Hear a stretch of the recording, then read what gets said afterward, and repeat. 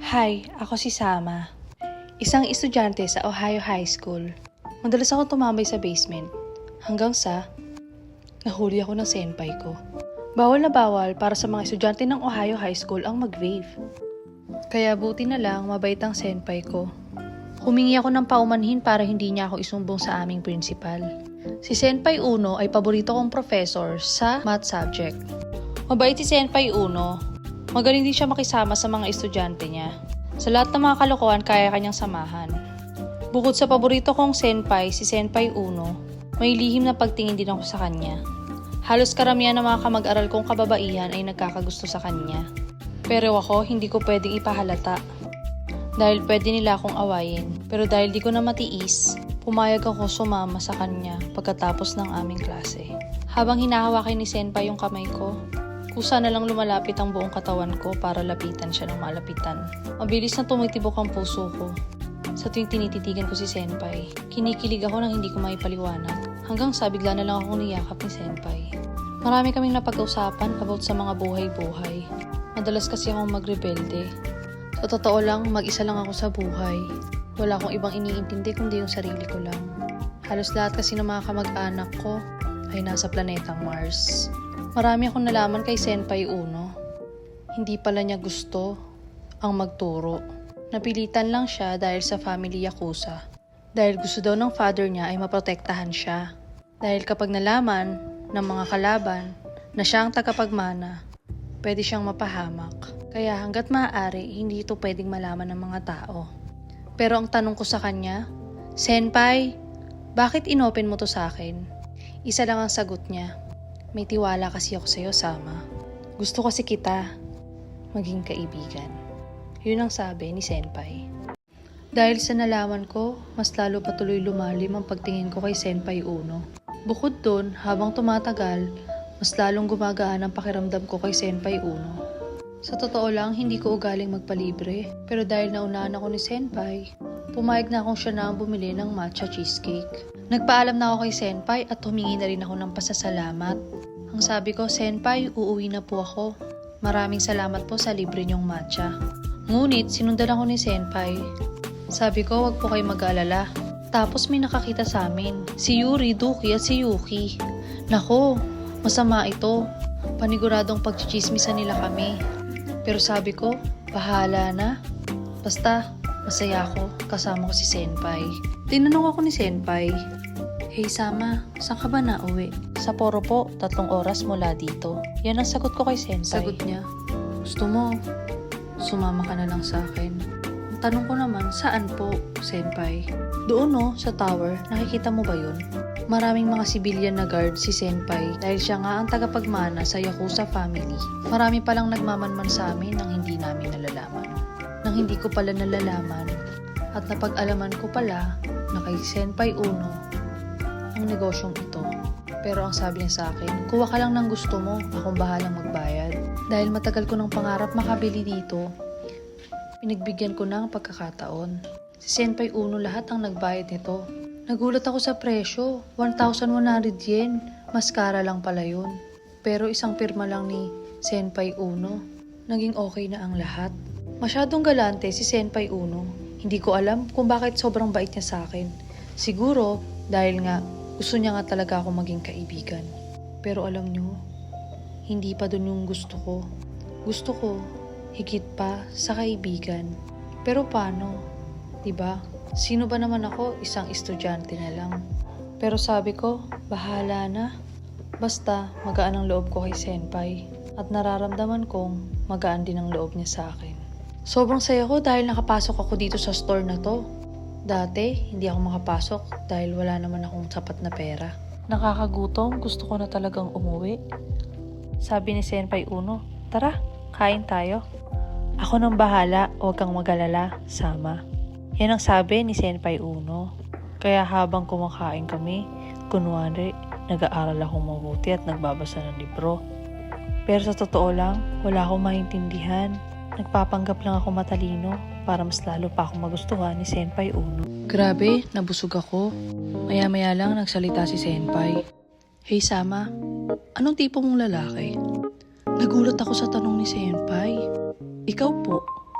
Ha? Anong ako? Sabi ni Senpai. Wala akong masabi. Teka Sama, may meeting lang ako. Antayin mo ko ha. Huwag kang aalis. Kinabahan ako. Hindi ko alam kung anong gagawin ko. Kaya umalis na lang ako. Hindi ko na naantay si Senpai. Bakit kasi nagtanong ng gano'n si Senpai Uno? Gusto ko sanang sabihin sa kanya, ikaw Senpai, ikaw ang tipo kong lalaki.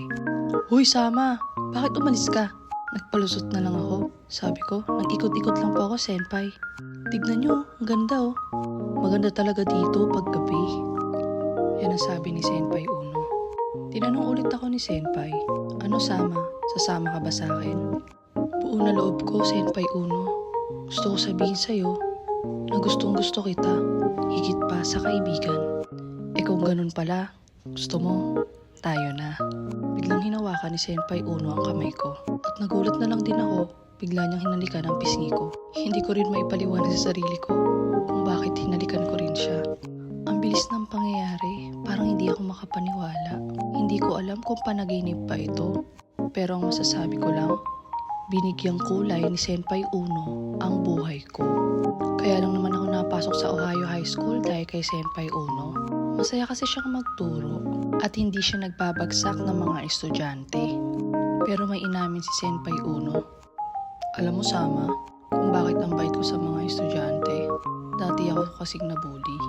Hindi lang mga estudyante, kundi mismo ang mga teacher ang nambubully sa akin. Sama. Pero alam mo, sa lahat ng mga estudyante ko, ikaw ang kakaiba. Kaya ikaw ang nagustuhan ko. Matagal na kitang minamanmanan. Halika na, Sama. Sa tower ko na ikaw magpahinga. Masyado nang malalim ang gabi. Hindi naman kita pababayaan. Yan ang sabi ni Senpai Uno. Dahil magaan ang loob ko sa kanya, sumama ako sa kanya.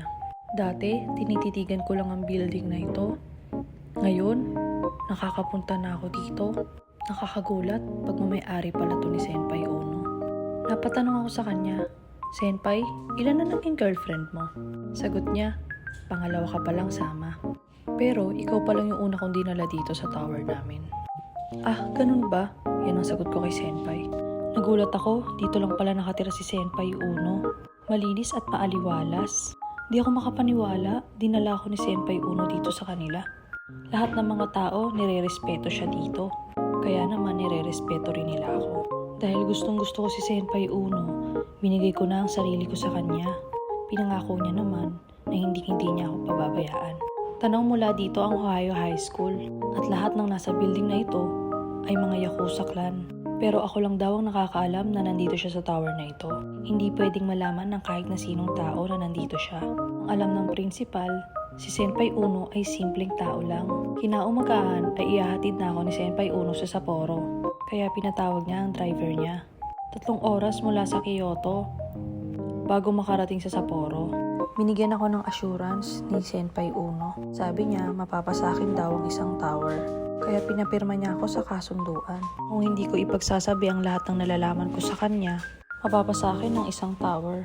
Pero ako, wala naman akong pakialam. Basta pumirma na lang ako. Basta masaya ako, kasama ko si Senpai. At masaya ako, na ihahatid niya ako sa Sapporo.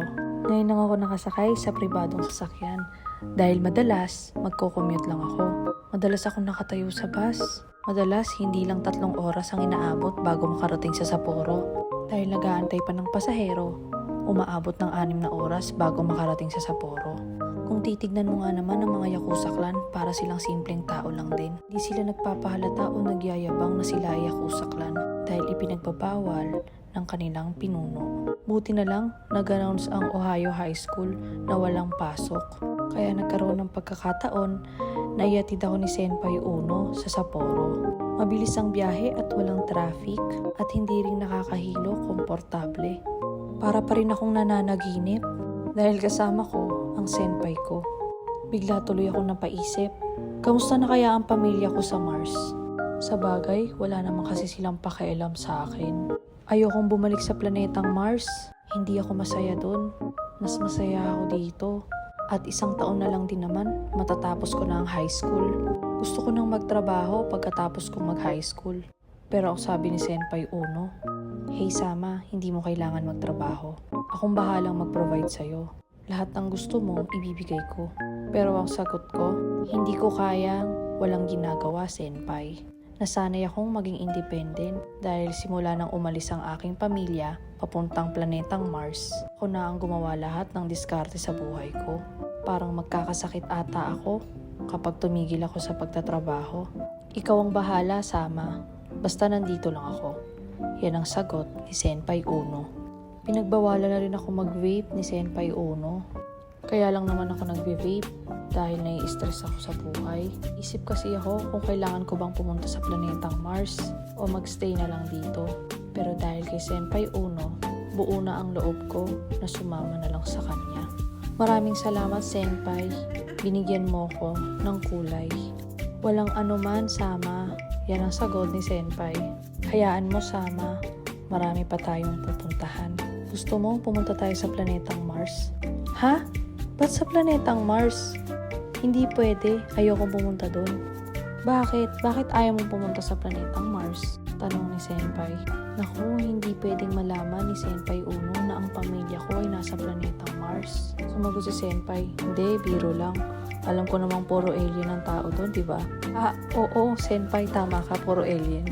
Hindi rin pala alam ng mga tao dito na nag-e-exist na ang planetang Mars. At hindi rin totoo ang usap-usapan sa alien. Sabi ko na lang kay Senpai Uno, huwag ka mag-alala, Senpai. Sasamahan kita kahit saan mo gustong pumunta. Ganun din ako, Sama. O paano? Hanggang dito na lang. Magkita na lang tayo sa huli.